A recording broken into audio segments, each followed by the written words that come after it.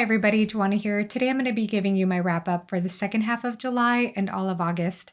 And if you're new here, the reason I'm doing this kind of unusual wrap up structure for now is because I've decided I want to be intentional about making my wrap up structure fit my lifestyle rather than trying to conform my lifestyle to the wrap up structure. So I didn't want to be getting to the end of the month and thinking, I need to finish this book so I could talk about it in my wrap up. This is just what's working for me for right now, and we'll see how it goes. Hopefully you all don't mind. I also want to add that I'm going to keep my thoughts fairly concise in this video since I have talked about several of these books in other videos and given reviews on some of them. So I will go ahead and link any video where I talked about the book more thoroughly in the cards or in the description below. The first book I'm going to talk about is The Lions of Alberson by Gavriel K. This was my introduction to Gavriel K, and I did do a spoiler-free review of this particular book. And it was pretty much a gush review because I really loved it. Now, this is very much historical fantasy. If you learn anything about medieval Spain, you will see the parallels here, but it is a work of fiction. There is a character in this book who is inspired by the famous legendary hero El Cid, and there is a female physician character who we follow in this story. Now, this is multi-POV, and one thing I didn't mention in my review is that there are certain moments that are told through character reflections rather than being written on the page. I know some readers are a bit picky about that. They want everything detailed on the page, not written as a flashback or a reflection. That personally didn't bother me, but I just wanted to mention that. I personally thought Gavriel K's prose was impeccable. The settings were immersive. And as I said in my review, for me, it felt like witnessing the lives of living legends. So if that sounds like it might appeal to you, if you're interested in historic fantasy, you want to learn more, please check out my review. And I also hosted a spoiler-filled discussion here on the channel with Josh from Red Fairy Books, Laura from Fantasy Awash, and Jake Bishop. So check that out too if you want to get further into the discussion.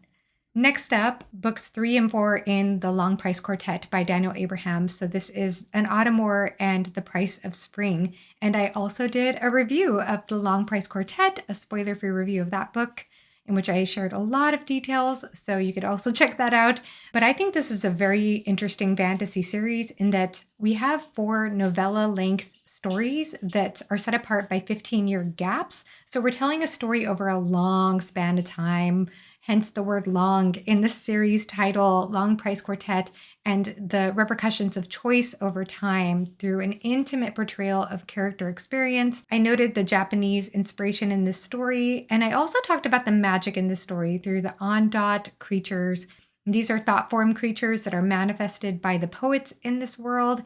And in my review, I have to say that after some reflection after posting my review, I think that the way I described the Ondot was a bit oversimplified because I described them as being a shadow aspect or a reflection of the shadow aspect of the poet. And I think that's a very oversimplified description of the Ondot. That is a risk involved in manifesting an Ondot, but it's certainly much more nuanced than that. It's just one of the things that can happen and does happen time to time. So I just want to be clear about that since I think that was a fault on my part, so I apologize. But again, if you want to hear more thorough thoughts, check out that review. Next book to mention is Blood Over Bright Haven by Wang. And I did talk about this book in my vacation video where I talked about books I read while on vacation in Australia and Singapore. So check out more in-depth thoughts in that review or that video. But I was very excited to pick up this book as soon as I saw Wang come out with the new standalone because I really enjoyed The Sword of Kaigen several years ago. In fact, I've been kicking myself lately that I didn't pick up that Kickstarter one, that really nice edition going around. However, this book, Blood Over Bright Haven, is very different than The Sword of Kaigen. It's much more angry in tone, I would say. It's considered a dark academia book, and I have thoughts on that, which I'll get to in a second. But we are following a female character who is the first female high mage in her society, which is very oppressive towards women. It's very sexist.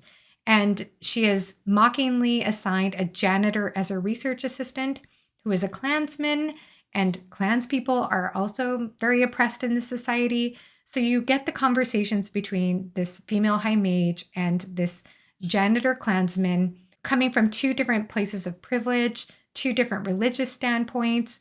And we also get an exploration of legacy and whether legacy is motivated by selfish egoic desire or by true altruism. The prose is very straightforward and it is very dialogue heavy, so keep that in mind.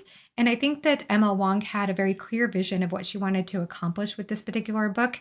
And I think that she did accomplish what she was trying to say through these different character perspectives.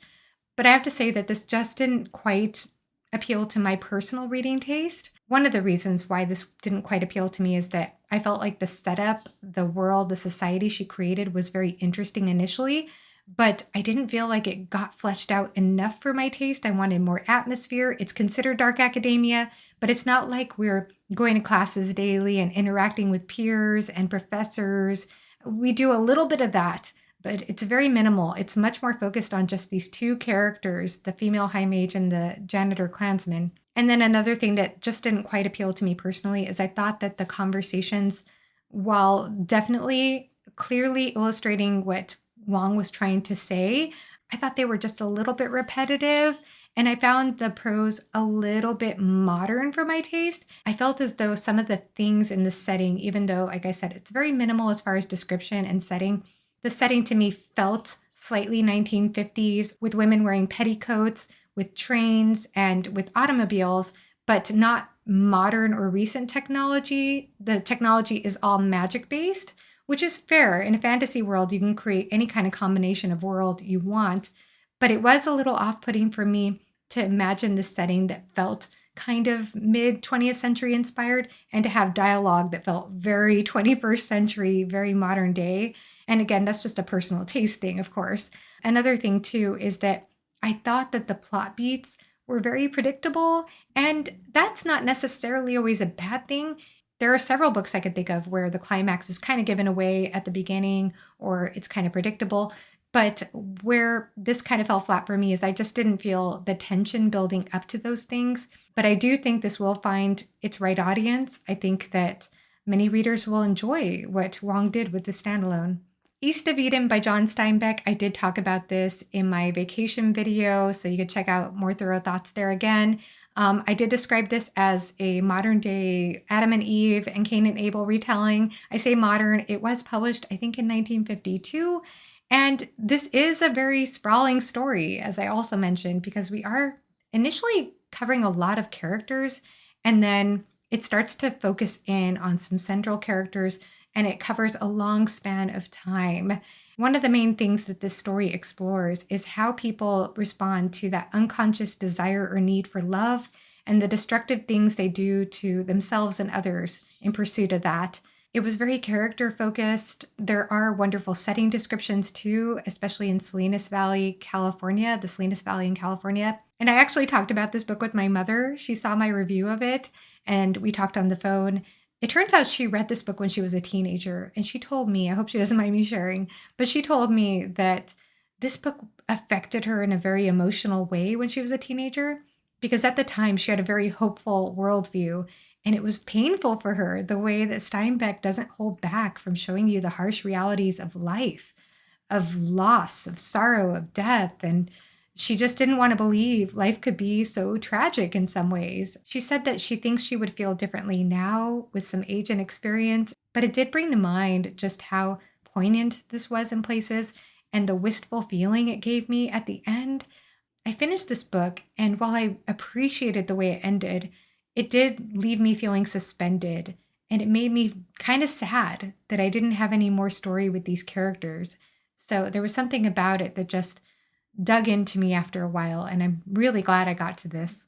Now for a book I haven't talked about in any previous video, War Host of Vastmark by Janny Wurts. This is the third installment in the Wars of Light and Shadow, and I finished this on the morning of my birthday. This book has monumental battle scenes, it has trickery, subterfuge, it has rich character moments. There is a forest setting in this particular installment that is one of the best forest setting descriptions I've ever read. One of the most beautiful setting descriptions I've read in all of fantasy. I hesitate to talk about this in depth because of spoilers, but the Wars of Light and Shadow series follows two half-brothers, and it is about the Wars of Light and Shadow. And while the focus is on male characters, I just will briefly say that there are incredible female characters in this series.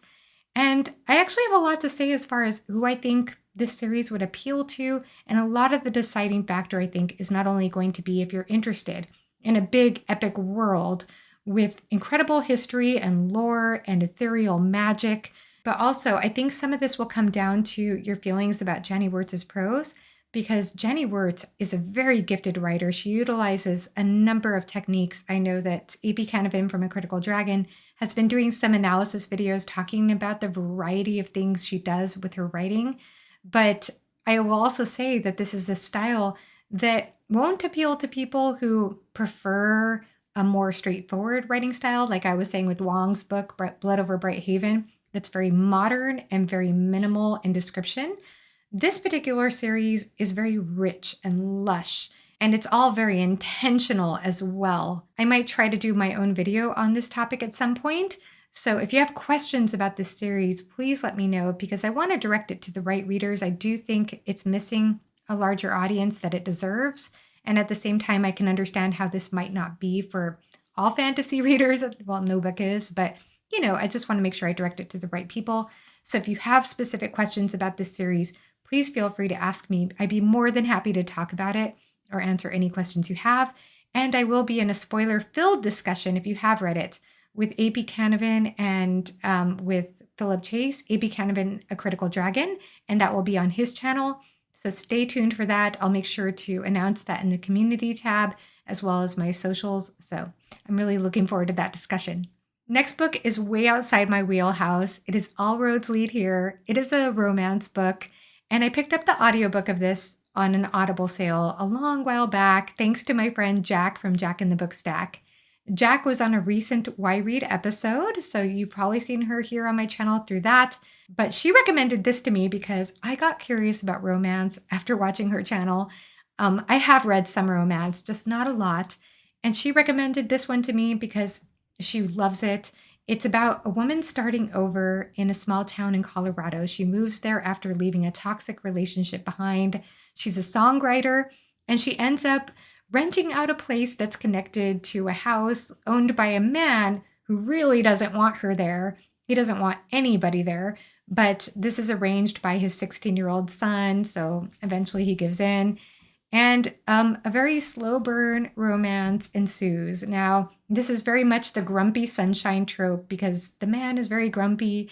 The female is a very happy-go-lucky optimist. And I liked it. I really enjoyed that slow burn romance. I enjoyed those tropes. While I said I picked it up a long time ago on an Audible sale, I had downloaded it to my phone.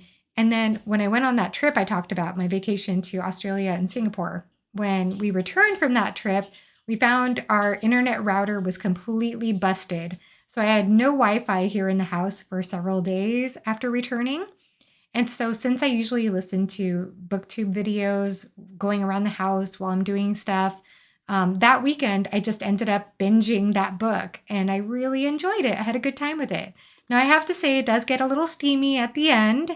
And the other thing too, and I've noticed this with a lot of romance books, the ending was sugary sweet, like tied up in a neat little bow.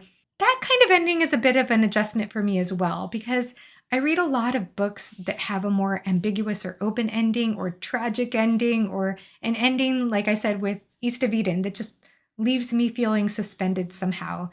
That was not the case with this book, but it worked for the book. I think it fit perfectly for the kind of story it was, and I'm really glad I picked this up. It was just fun to try out something different. So thank you, Jack. So that is it. That is my wrap up. Please let me know if you've read any of the books I've mentioned, or if you're planning to read any of the books I've talked about, or just say hi if you want to say hi. Please like the video if you liked it. Subscribe if you're not already subscribed. It really helps me out a lot. And thank you so much for watching. Have a great rest of your day. Bye-bye.